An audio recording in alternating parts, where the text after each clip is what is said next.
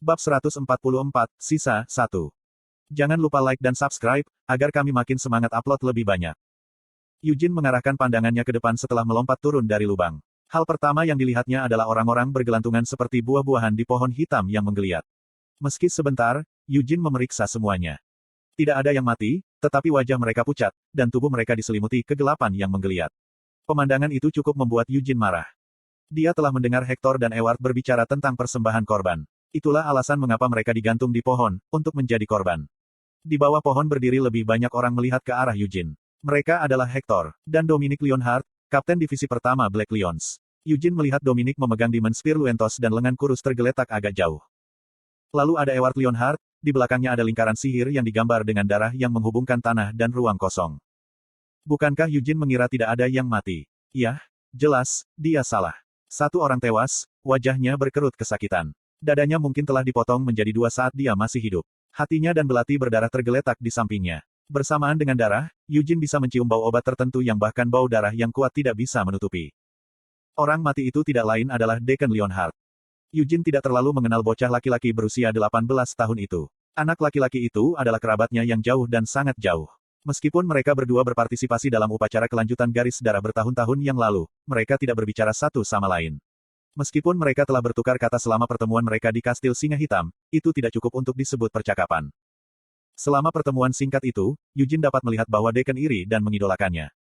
Bakat Deacon biasa-biasa saja, dan keluarganya tidak begitu kuat. Namun, anak itu sangat termotivasi. Eugene tidak yakin mengapa Deacon berpartisipasi dalam perburuan ini, tetapi dia secara kasar dapat menebak alasannya, untuk meningkatkan dirinya sendiri atau untuk mendapatkan sesuatu. Deacon Lionheart tidak akan pernah membayangkan dirinya sekarat di hutan seperti ini. Apa itu? Eugene berpikir ketika dia melihat lingkaran sihir yang melayang di belakang Ewart, tetapi dia tidak dapat memahami lingkaran itu, bahkan dengan kekuatan Akasha. Itu palu pemusnahan Jigolat. The Annihilation Hammer, senjata Raja Iblis Pembantaian, mengambang di tengah lingkaran sihir. Lingkaran sihir dibangun di atas mantra sihir tingkat lanjut yang tidak dapat dipahami bahkan melalui Akasha. Apakah Annihilation Hammer adalah katalisator? Apakah orang hidup akan digunakan sebagai persembahan di atas itu? Rambut berwarna abu Eugene bangkit. Wosh! Api biru bercampur petir melilit tubuh Eugene, menjadi lebih besar. Dia mengerti situasinya. Dia tidak tahu detailnya, tapi dia juga tidak perlu menanyakan hal seperti itu untuk saat ini. Hubungan antara ketiganya, tujuan mereka, dan hubungan mereka satu sama lain. Semua itu bersifat sekunder. Apa yang harus dilakukan Eugene sekarang adalah mengubah ketiganya menjadi sayuran. Itu adalah cara termudah untuk menyelesaikan sebagian besar situasi rumit ini. Saya tidak bisa menggunakan pengapian sekarang. Eugene mempertimbangkan pilihannya. Tidak ada jalan kembali setelah dia menggunakan pengapian. Mungkin ada lebih banyak dari mereka yang bersembunyi di tempat ini. Selain itu, Eugene tidak memiliki sekutu untuk menjaganya jika dia pingsan setelah menggunakan ignition, dan dia harus berhati-hati dalam menggunakan skill khusus itu dalam situasi seperti ini. Petik 2. Kamu benar-benar hidup, gumam Dominic, menggelengkan kepalanya tak percaya. Dominic mendapatkan koordinat persis Eugene dari gelangnya dan secara akurat mengaktifkan hutan tombak di lokasi itu. Spear Forest adalah serangan yang mengabaikan jarak. Itu bahkan tidak memiliki tanda-tanda sebelum target diserang. Bagaimana dia bisa selamat dari serangan seperti itu tanpa cedera? Dominic melihat hal yang mustahil dengan matanya sendiri, tapi dia masih tidak percaya. Akan lebih baik menaklukkannya daripada membunuhnya, kan? Dominic terus bergumam sambil mengambil Demon Spear. Dia bertanya pada Ewart, tapi Ewart menatap kosong pada Eugene, yang terbungkus api. Itu adalah api dari formula api putih dari keluarga utama Lionheart. Namun, Ewart tidak mengenali api kebiruan bercampur petir yang mengelilingi Eugene. Dia menelan ludah tanpa sadar. Sejauh ini, dia telah melihat banyak nyala api yang dihasilkan oleh formula api putih. Dia telah melihat api ayahnya sejak lama, dan hari ini, dia telah menyaksikan api Qian dan Ciel. Namun, nyala api Eugene berbeda dari nyala api mereka. Petik 2. Ya, jawab Ewart sambil mengangguk. Ada beberapa emosi yang dapat dibaca Eugene dari Ewart, iri hati, mengidolakan, dan keserakahan. Eugene merasa jijik. Dia menyembunyikan kedua tangannya di dalam jubah kegelapan. Mer sudah disinkronkan dengan pikiran Eugene, bersiap untuk pertarungan yang akan datang. Dia bukan satu-satunya, Tempest juga bersiap untuk pertarungan. Raja Roh Angin tidak hanya geram dengan situasi saat ini, tetapi juga memendam amarah besar pada fakta bahwa musuhnya adalah tombak iblis dan palu pemusnahan. Dominic bergerak lebih dulu. Dia adalah Kapten Divisi Pertama Ksatria Singa Hitam. Divisi tidak diberi nomor berdasarkan kekuatan, tetapi Dominic yakin bahwa dia adalah Ksatria Singa Hitam terkuat. Charmaine dan Genos Lionheart kuat, bahkan menurut pengakuannya sendiri, dia benar-benar tidak yakin apakah dia akan mengalahkan mereka jika mereka bertarung dengan kekuatan dan keterampilan mereka sendiri. Namun, Dominic tahu bahwa dia istimewa. Dalam sejarah Lionhearts, hampir tidak ada orang yang bisa mengendalikan senjata Raja Iblis dengan sempurna, selain dari Great Vermouth sendiri. Patriark sebelumnya dan ayah Dominic bahkan telah meninggal dunia karena mereka tidak mampu melawan kutukan senjata Raja Iblis. Dominic telah menangani senjata semacam itu selama beberapa dekade. Dan saat ini, dia sedang memegang Demon Spear. Karena dia sudah lama menyukai Annihilation Hammer, dia lebih mahir menggunakan Annihilation Hammer. Namun meski begitu, dia cukup percaya diri dalam memegang tombak. Aku punya gambaran kasar tentang kemampuanmu, pikir Dominic. Pertarungan Eugene dengan Genos Lionheart bukanlah satu-satunya pertarungan yang memungkinkan Dominic mendapatkan beberapa ide. Kamu membunuh barang, kan? Dominic bertanya, seolah hanya untuk memastikan. Jarak antara Dominic dan Eugene berkurang dalam waktu singkat. Tombak hitam itu sampai ke hidung Eugene. Dominic menyeringai sambil memutar porosnya. Orang itu mengalami banyak hal, kau tahu. Tuum. Arus udara berputar bersama dengan tombak dan diwarnai dalam kegelapan. Tak lama kemudian, energi iblis meledak di luar kendali, kekuatan tak menyenangkan yang berbeda dari mana. Senjata Raja Iblis itu sendiri menyimpan energi gelap yang tak ada habisnya. Eugene mengerutkan wajahnya. Dia menarik tangannya dari jubah, tangan kanannya memegang winit, dan tangan kirinya memegang pedang suci. Wosh! Cahaya pedang suci mendorong energi iblis. Mata Dominic terbelalak kaget melihat pemandangan ini. Pedang suci. Aku tidak pernah mendengar kamu memiliki pedang suci. Sembur Dominic tak percaya. Kurasa lelaki tua itu tidak mengoceh tentang segalanya, ya. Eugene bertanya secara retoris. Sepertinya dia tidak melakukannya. Dominic tertawa terbahak-bahak dan mengayunkan Demon Spear. Bentrokan. Tombak iblis dan Winit bentrok di udara. Saat Eugene melirik Winit yang terkikis oleh energi iblis dari Demon Spear, dia mulai menggunakan Ring Flame Formula. Angin yang melilit tubuh Eugene semakin besar. Tempest yang marah berdiri. Saat Tempest mengangkat angin, api dan kilat Eugene menyatu dengannya. Apakah Eugene menggunakan sihir? Tidak. Eugene hanya menyebabkan mananya meledak. Dia baru saja meledakkan mana. Bagaimana ledakan mana biasa bisa sekuat ini? Dominic berpikir, kaget. Mana Dominic dan energi iblis tombak iblis bercampur menjadi satu, membentuk pertahanan yang melindunginya dengan sempurna dari ledakan jarak dekat. Sulit untuk bertahan tanpa melakukan sebanyak ini. Merasakan lengannya gemetar saat dia memegang Demon Spear, Dominic mengerutkan kening. Dia monster, pikir Dominic sambil menggertakkan giginya. Dominic memiliki gambaran kasar tentang kemampuan Eugene. Barang kuat, tapi dia juga serakah. Hasilnya, Dominic dapat memberikan barang apa yang diinginkannya, mengubahnya menjadi alat yang mudah digunakan. Namun, barang sudah cukup kuat bahkan Dominic tidak bisa menganggapnya enteng. Karena kecil kemungkinan barang mengkhianati Dominic, fakta bahwa Eugene telah kembali dari hutan hujan samar tanpa cedera sementara barang tidak hanya berarti satu hal, barang sudah mati. Kontrol mananya halus, dan gerakannya luar biasa. Dominic mengamati. Bukan itu. Tanah di bawah Dominic berubah menjadi duri dan membumbung tinggi. Dia melompat mundur dan melihat ke bawah. Dia bisa melihat retakan menyerupai jaring laba-laba menyebar di tanah. Rumbeli. Tanah terbalik. Bintik-bintik tanah dikumpulkan menjadi beberapa gumpalan, dan batu-batu dibagi menjadi beberapa bagian, semuanya berubah menjadi ribuan peluru. Begitu terbentuk, peluru ini ditembakkan ke arah Dominic yang melayang di udara. Dominic bukan satu-satunya yang memasuki pertarungan. Sambil cemberut, Hector juga melompat maju. Dia telah melawan Eugene sebelumnya tetapi tidak mendapatkan apa-apa dari pertempuran itu. Dia tidak akan menang jika dia melawan Eugene sekarang. Dia sangat menyadari fakta ini, tetapi dia tidak bisa mundur karena keadaannya. Konten iklan. Sementara Dominic menghancurkan peluru bumi dan batu, dia menatap mata Hector. Selanjutnya, keduanya menerkam Eugene secara bersamaan, seolah wajar bagi mereka untuk melakukannya. Eugene mengikuti gerakan mereka dengan mata terbuka lebar.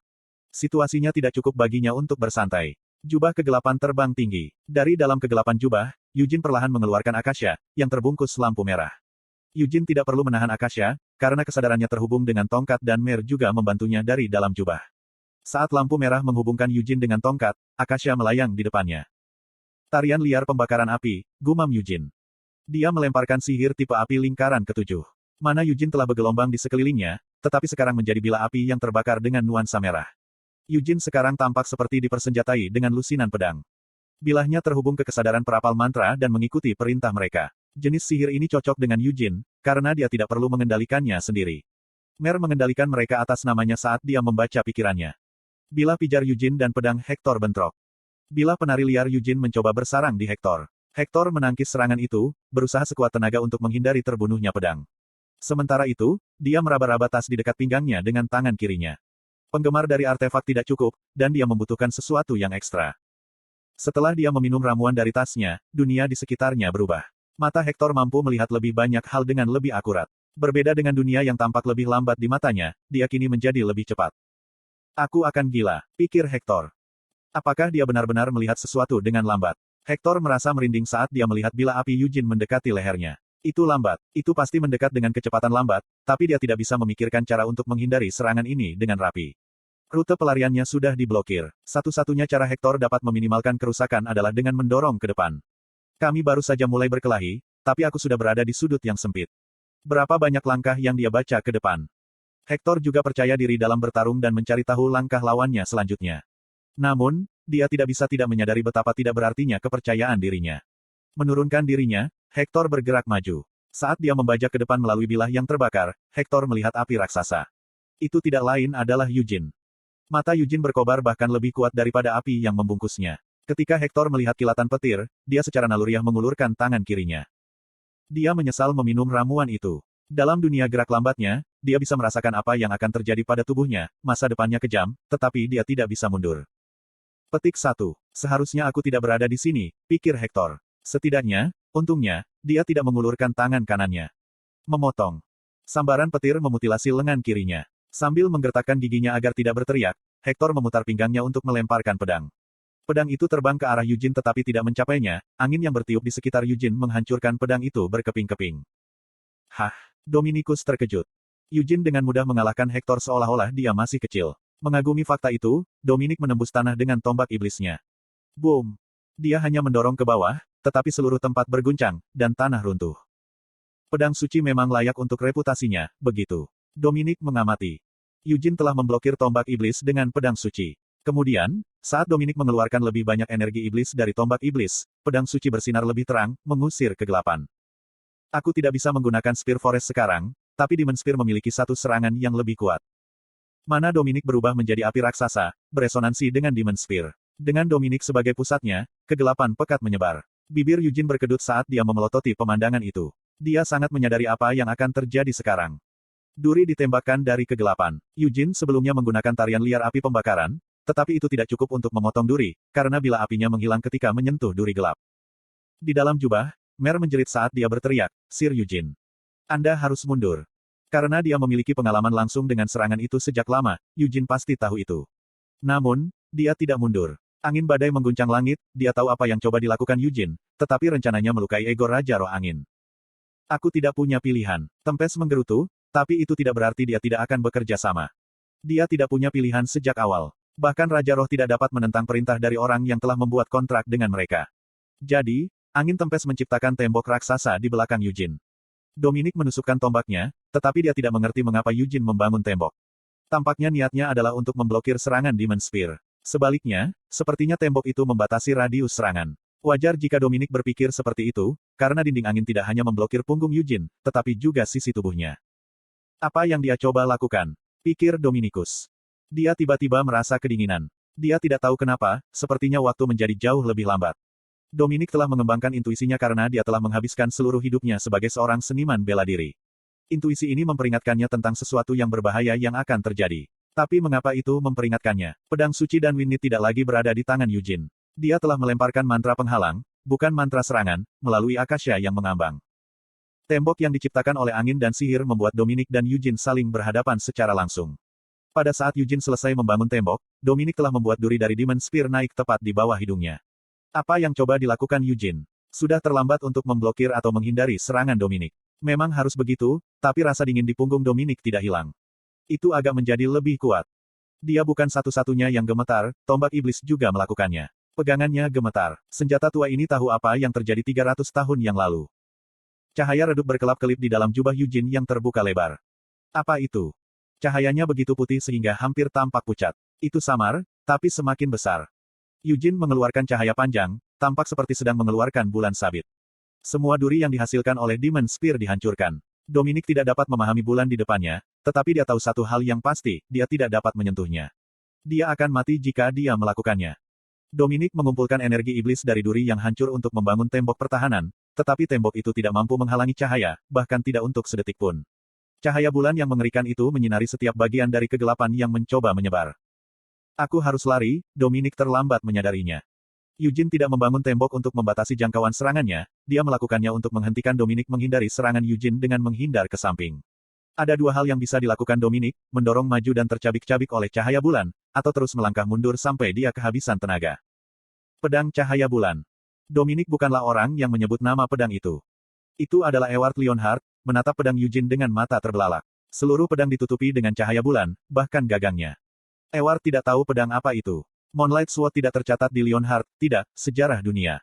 Namun, makhluk yang terhubung dengan pikiran Ewart mengetahui pedang itu. Oh, roh kegelapan yang menyebar di sekitar Ewart berkumpul di satu tempat. Kegelapan seperti tinta menyebar di mata emas Ewart, membuatnya benar-benar hitam. Titik-titik merah muncul di tengah mata hitamnya. Roh kegelapan yang tidak dapat mengambil bentuk melilit tubuh Ewart. Tertarik oleh kegelapan, Ewart meraih Annihilation Hammer di tengah lingkaran sihir. Ketika Ewart meraih Annihilation Hammer, Eugene secara naluriah menatapnya. Ya Tuhan, Tempest merasakan kehadiran dari roh kegelapan yang menyelimuti Ewart. Kehadirannya membuatnya putus asa. Aku tidak salah mengira sesuatu, kan? Eugene bergumam dan meletakkan tangannya di dada kirinya. Saya merasakan hal yang sama seperti Anda, Tempest menegaskan. Eugene dengan keras menggali jari-jarinya ke dadanya seolah-olah dia akan meraih jantungnya. Roh adalah sisa Raja Iblis.